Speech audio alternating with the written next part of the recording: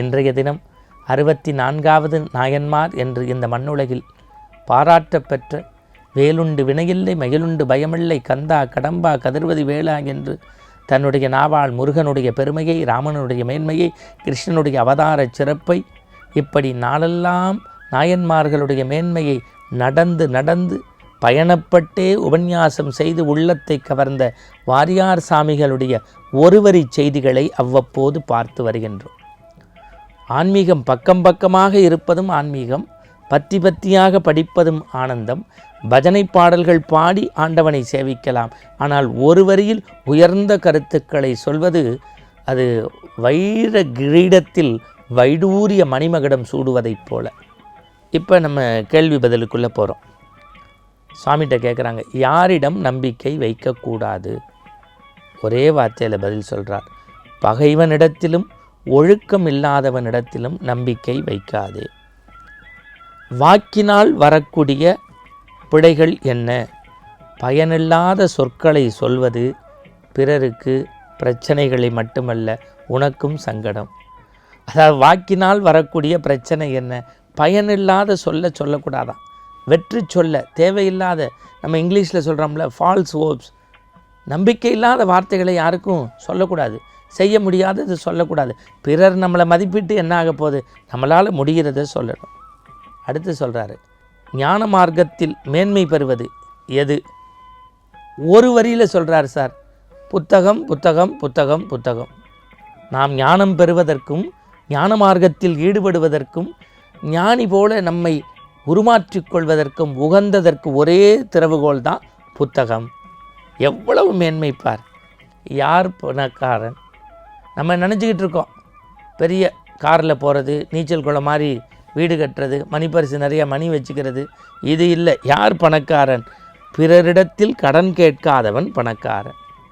இருக்கிறத வச்சு கஞ்சியோ கூட வீட்டில் குடிச்சிட்டு நிம்மதியாக இருக்கான்ல, அவன் தான் செல்வந்தரான்.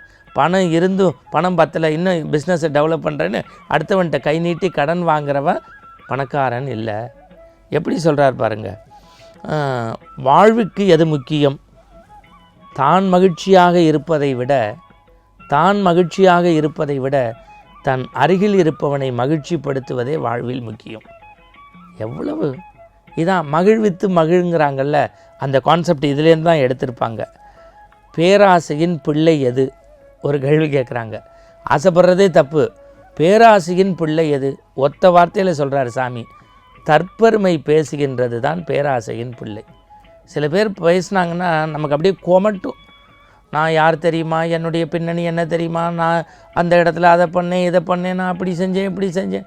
தற்பெருமை பேசுவது கூடாதுங்கிறத. பேராசை முதல்ல தப்பு, ஆசை தப்பு, பேராசை அதை விட தப்பு.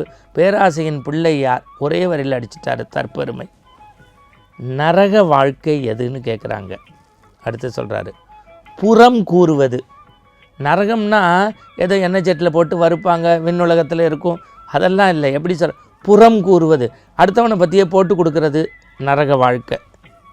பெரியவர்கள் சொல் கேட்காமல் இருப்பது.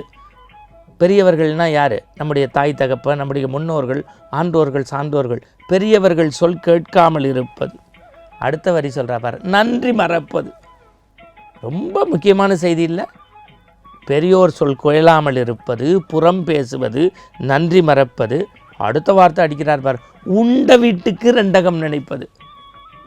அடுத்தவங்களுக்கு இல்லை, சாப்பிட்டவங்களுக்கே தீமை நினைக்கிறது தான் வாழ்க்கையினுடைய நரக வாழ்க்கை. சரி, பொதுவாக நமக்கு தாயார்னால் என்ன நினைப்போம்? நம்மளை கருவில் சுமந்தவங்களை தானே தாயார்னு நினைப்போம். சாமி சொல்கிறார், 5 வகை தாயாரை போற்ற வேண்டும். எவ்வளவு நுட்பமான செய்தி பாருங்கள். 5 வகை தாயார் யாருன்னு முதல்ல தெரிஞ்சுக்கங்க. நம்மை பெற்றெடுக்கக்கூடிய அன்னை. அண்ணனுடைய மனைவி நமக்கு அன்னையா? அண்ணனுடைய மனைவி அன்னை. நாம் கல்வி கற்கக்கூடிய குருவினுடைய மனைவி நமக்கு அன்னை. நம்மை ஆளக்கூடிய அரசனினுடைய மனைவி நமக்கு அன்னை. இந்த அன்னையை போற்ற வேண்டும். இதுதான் 5 வகையான அன்னை. தீமைக்கு எது அடிப்படை? காமம். அடுத்த வரி சொல்கிறார், மனிதனுக்கு எது வேண்டும்? மான உணர்ச்சி வேண்டும். எது நிலையில்லாதது?